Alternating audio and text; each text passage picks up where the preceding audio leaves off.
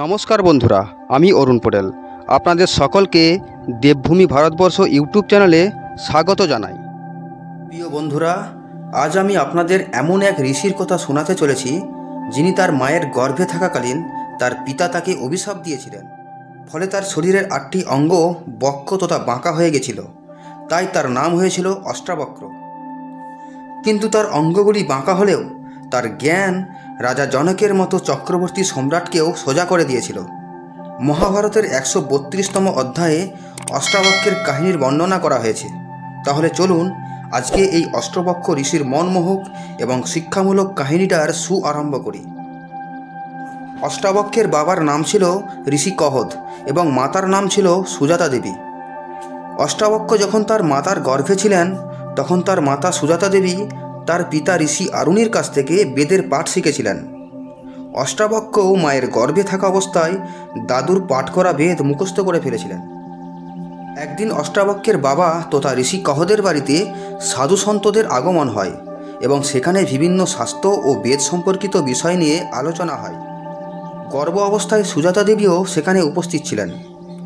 ঋষি কহদ তথা অষ্টাবক্রের পিতা একটি বেদ পাঠ করে সেখানে উপস্থিত থাকা সকলকেই শোনাচ্ছিলেন। মায়ের গর্ভ থেকেই ভ্রূণটি পিতার বেদ পাঠ শুনছিলেন। বেদের সঠিক জ্ঞান না থাকার কারণে কহদ ঋষি বারবার ভুল করছিলেন। কহদ ঋষি যতবারই ভুল করেছেন ঠিক ততবারই সেই ভ্রূণটি মায়ের গর্ভ থেকে বাবার ভুল ধরিয়ে দিচ্ছিলেন এবং ততবারই ভুলের সংশোধনও করে দিচ্ছিলেন, যার ফলে ঋষি কহদ নিজে নিজেই অপমানবোধ এবং খুবই অস্বস্তি বোধ করছিলেন। কিন্তু তিনি থামলেন না, তিনি বেদপাঠ চালিয়েই গেলেন। কিছুক্ষণ পর অষ্টাবক্র মায়ের গর্ভ থেকে আবার বলে উঠলেন, হে পিতাজি, এই অধ্যায়ের শেষ লাইনটি দয়া করে একটু সংশোধন করে নেবেন। ঋষি কহদ তার অনাগত পুত্রের দুঃসাহস দেখে অনেকক্ষণ ধরেই নিজের ক্রোধকে চেপে রেখেছিলেন, কিন্তু তিনি বেশিক্ষণ তার ধৈর্যকে ধরে রাখতে পারলেন না। একসময় চিৎকার করে উঠলেন আর বললেন, তোর এত দুঃসাহস, এখনও তোর জন্ম হয়নি আর তুই আমার মতো বিদ্বানকে অপমান করছিস, অসম্মান করছিস। আমি তোকে অভিশাপ দিলাম, জন্মের পর তোর 8টি অঙ্গ বাঁকা হবে। সে সময় ঋষি কহদ এলাকার একজন জ্ঞানী এবং মহান বিদ্বান নামেই পরিচিত ছিলেন। তার বেশ সুনামও ছিল। একদিন রাজা জনকের রাজসভায় শাস্ত্রার্থ তথা বিভিন্ন শাস্ত্র নিয়ে তর্ক বিতর্ক করার প্রতিযোগিতা আরম্ভ হলো। এই প্রতিযোগিতায় যিনি বিজয়ী হবেন তাকেই রাজা জনকের রাজসভায় রাজপণ্ডিত হিসাবে মর্যাদা দেওয়া হবে। বিভিন্ন অঞ্চল থেকে ঋষিমুনিরা সেই অনুষ্ঠানে যোগদান করতে আসেন। সেখানে বন্দি নামে এক মহর্ষি সেই প্রতিযোগিতায় অংশ নেন। বেদশাস্ত্র এবং বিভিন্ন মহাপুরাণে তিনি যথেষ্ট জ্ঞানী বিদ্বান ছিলেন। এদিকে মহর্ষি কহদ নিজেকেও মহান পণ্ডিত ভাবতেন এবং রাজপুরোহিত হওয়ার লোভে তিনিও এই প্রতিযোগিতায় অংশ নিলেন। এই দুজনেরই বুদ্ধি এবং জ্ঞানের প্রতি খুবই অহংকার ছিল, তাই রাজ্যের মানুষ খুব উৎসাহিত ছিলেন এই দুজনের প্রতিযোগিতাকে সচক্ষে দেখার জন্য।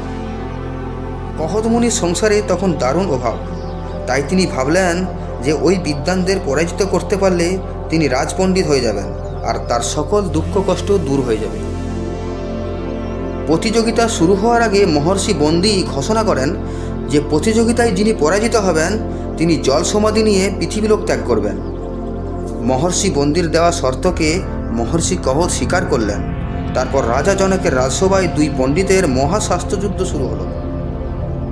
রাজ্যের সমস্ত উৎসুক জনতা সেখানে উপস্থিত ছিলেন। টানা 3 দিন ব্যাপী তাদের শাস্ত্রার্থ চলতে থাকল। এক সময় মহর্ষি বন্দি বিজয়ী হলেন আর মহর্ষি কহদ নিজের পরাজয় স্বীকার করলেন। তথা শর্ত অনুসার মহর্ষি কহদ জল সমাধি নিয়ে মৃত্যুকে স্বীকার করতে বাধ্য হলেন। কিছুদিন পর মাতা সুজাতা পুত্র সন্তানের জন্ম দিলেন। পিতার অভিশাপে পুত্রের 8টি অঙ্গ বাঁকা ছিল। স্বামীর বিয়োগ এবং নবজাত পুত্রের পঙ্গুদশা দেখে সুজাতা দেবী ভীষণ কষ্ট পেলেন। তিনি দমে যাননি, তিনি তার সন্তানকে নিয়ে জীবনযুদ্ধে লড়াই চালিয়ে গেলেন। সুজাতা দেবী তার সন্তানকে বেদ পুরাণ এবং বিভিন্ন শাস্ত্র সম্বন্ধীয় শিক্ষা দিতে লাগলেন। মাত্র 10 বছরেই 18টি পুরাণ, 6টি শাস্ত্র এবং 4টি বেদের সম্পূর্ণ জ্ঞানকে অষ্টাবক্র অর্জন করে ফেললেন। জন্মের পর অষ্টাবক্র তার পিতাকে দেখেননি একদিন সে মাতা সুজাতা দেবীর কাছে জানতে পারেন তার পিতা রাজা জনকের রাজপুরোহিত মহর্ষি বন্দির কাছে শাস্ত্রার্থে পরাজিত হয়ে জল সমাধি নিয়েছেন। মায়ের কাছে পিতার এই করুণ অবস্থা শুনে অষ্টাবক্র খুব কষ্ট পেয়েছিলেন এবং পিতার এই অপমানের প্রতিশোধ নেওয়ার জন্য তিনি অপেক্ষায় দিন গুনছিলেন। আর একদিন সেই সময়ও চলে এলো। রাজা জনকের রাজসভায় আবার শুরু হলো সেই প্রতিযোগিতা, যার শর্ত ছিল পরাজিত ব্যক্তিকে জল সমাধি নিতে হবে। সর্বশ্রেষ্ঠ জ্ঞানী মহর্ষি বন্দির সামনাসামনি হওয়া এবং জল সমাধির আতঙ্কে কোনো বিদ্বানই সেই প্রতিযোগিতায় অংশগ্রহণ করেননি। একথা যখন অষ্টাবক্রের কানে পৌঁছালো, তিনি বিলম্ব না করেই একাই চললেন ঋষি বন্দির বিরুদ্ধে প্রতিযোগিতায় অংশগ্রহণ করতে। তখন তার বয়স ছিল মাত্র 12 বছর। যখন তিনি রাজা জনকের রাজসভায় উপস্থিত হলেন, তখন দারোয়ান তাকে আটকে দিলেন। দারোয়ানরা বলেন, তোমার বয়স খুবই অল্প, বড় বড় বিদ্বানদের সামনে আসন গ্রহণ করার উপযুক্ত বয়স এবং সামর্থ্য তোমার এখনও হয়নি, তাই এখান থেকে তুমি বের হয়ে যাও। তখন অষ্টাবক্র বলেন, হে দারোয়ান মহাশয়, আপনি আমাকে একটা প্রশ্নের উত্তর দিন, যে বিদ্বানদের সাথে আসন গ্রহণ করতে সমবয়স্ক হওয়া প্রয়োজন নাকি সমবিদ্বান হওয়া প্রয়োজন? যদি সমবয়স্কদের আসন দিতে চান, তাহলে গ্রামের অনেক মানুষ আছেন যারা ওই বিদ্বানদের সমবয়স্ক, তাহলে কি আপনি সেই বয়স্কদের সামনে ওই বিদ্বানদের তুলনা করবেন? হে দারোয়ান মহাশয়, বিদ্বান হওয়ার সার্টিফিকেট বয়স অনুসার প্রাপ্ত করা যায় না। যে ব্যক্তি আত্মজ্ঞান লাভ করে, যে ব্যক্তির আত্মবোধ ও আত্মচেতনা জাগ্রত হয়, যার সাথে পরমাত্মার সাক্ষাৎ হয়, সেই ব্যক্তিই বিদ্বান হয়। হিরণ্যকশ্যপের পুত্র প্রহ্লাদের 5 বছরে পরমাত্মার সাক্ষাৎ হয়েছিল। ধ্রুবজির সাক্ষাৎকার হয়েছিল 6 বছরে। তাই হে দারোয়ান মহাশয়, আপনারাই বলুন, বিদ্বান হওয়ার জন্য কি 80 বছর অপেক্ষা করতে হবে? অষ্টাবক্রের মুখে এমন দিব্য বচন শুনে দারোয়ানরা তাকে ভিতরে যাওয়ার অনুমতি দিলেন।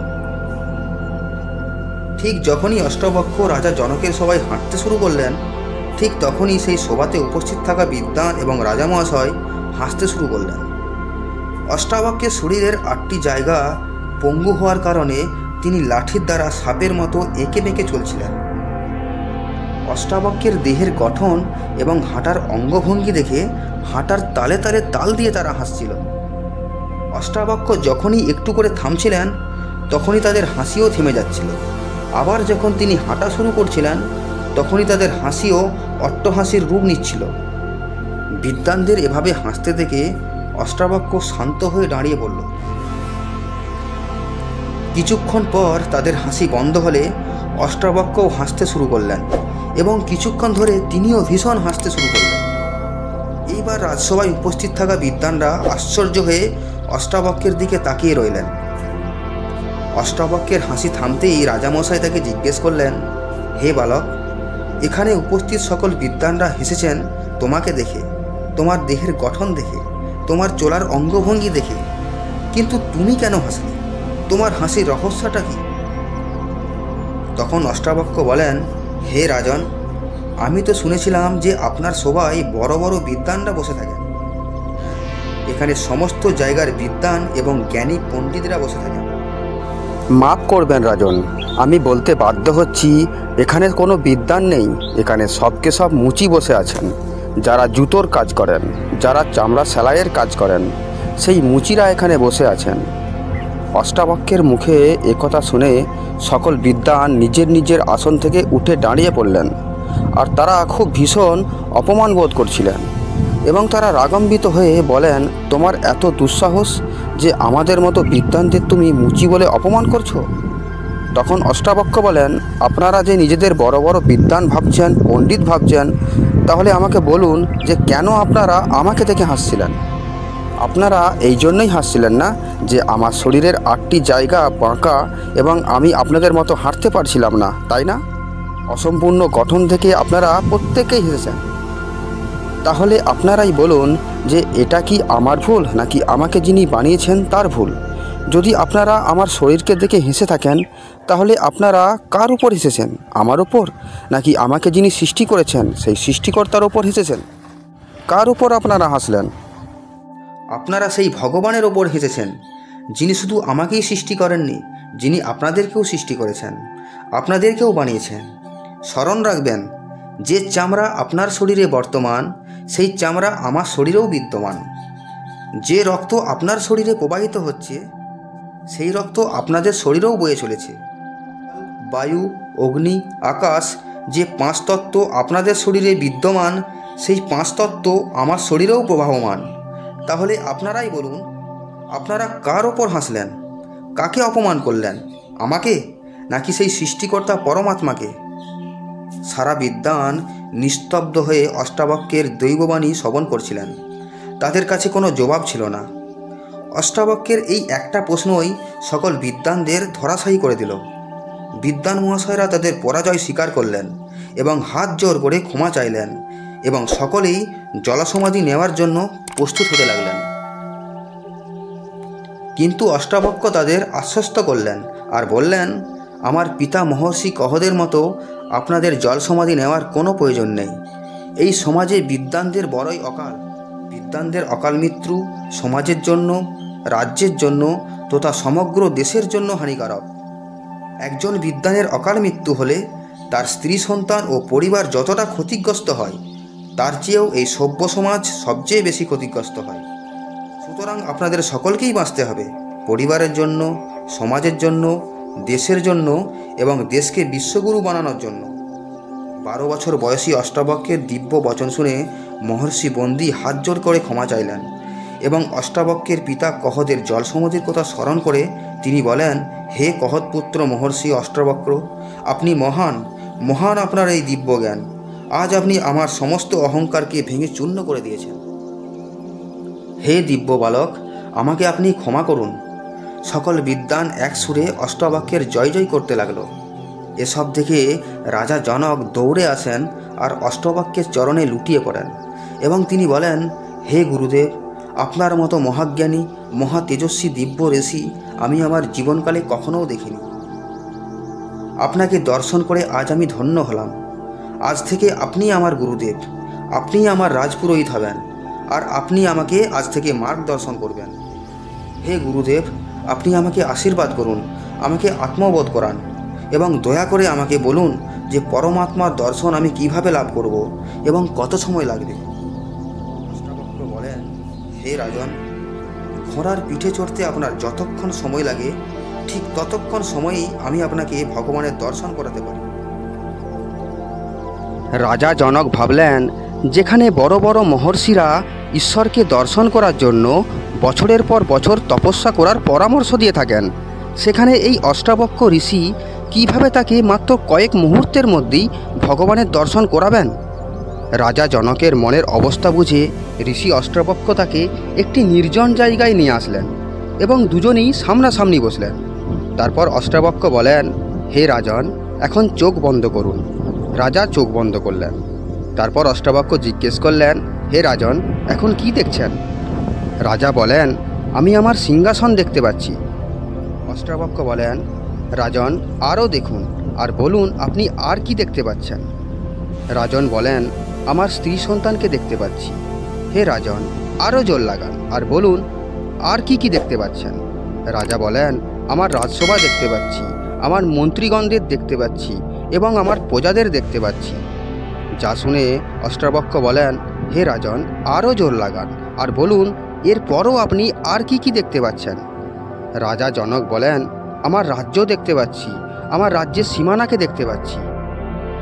অষ্টাবক্র খুব শান্ত হয়ে রাজাকে বললেন, আপনার সিংহাসন, আপনার স্ত্রী সন্তান, আপনার মন্ত্রীগণ এবং আপনার প্রজা আর আপনার রাজ্যের সীমানাকে সরিয়ে সেখানে পরমাত্মাকে কেন্দ্রবিন্দু করুন এবং তার চরণকে স্মরণ করুন।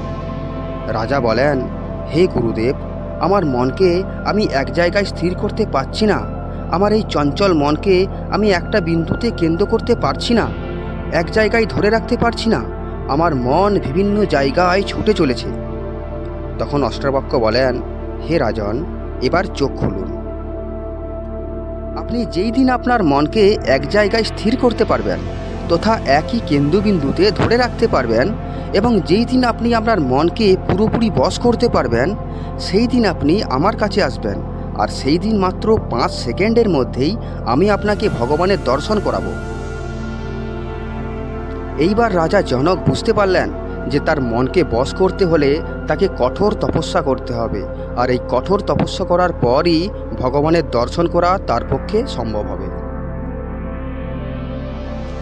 হে রাজন, যেভাবে একটি সুতোকে ছুঁচের মধ্যে প্রবেশ করানোর জন্য সুতো এবং ছুঁচকেও স্থির রাখতে হয়, ঠিক সেভাবেই আমাদের মনও এখানে সেখানে বিচরণ করে থাকে। কখনো সুন্দর স্ত্রীর কল্পনা করে, কখনো সুন্দর স্বামীর কল্পনা করে, কখনো পুত্রের কল্পনা করে, কখনো কন্যার কল্পনা করে, কখনো অর্থের কল্পনা করে, পদ এবং প্রতিষ্ঠার কল্পনা করে, কখনো শক্তি ও সম্মানের কল্পনা করে।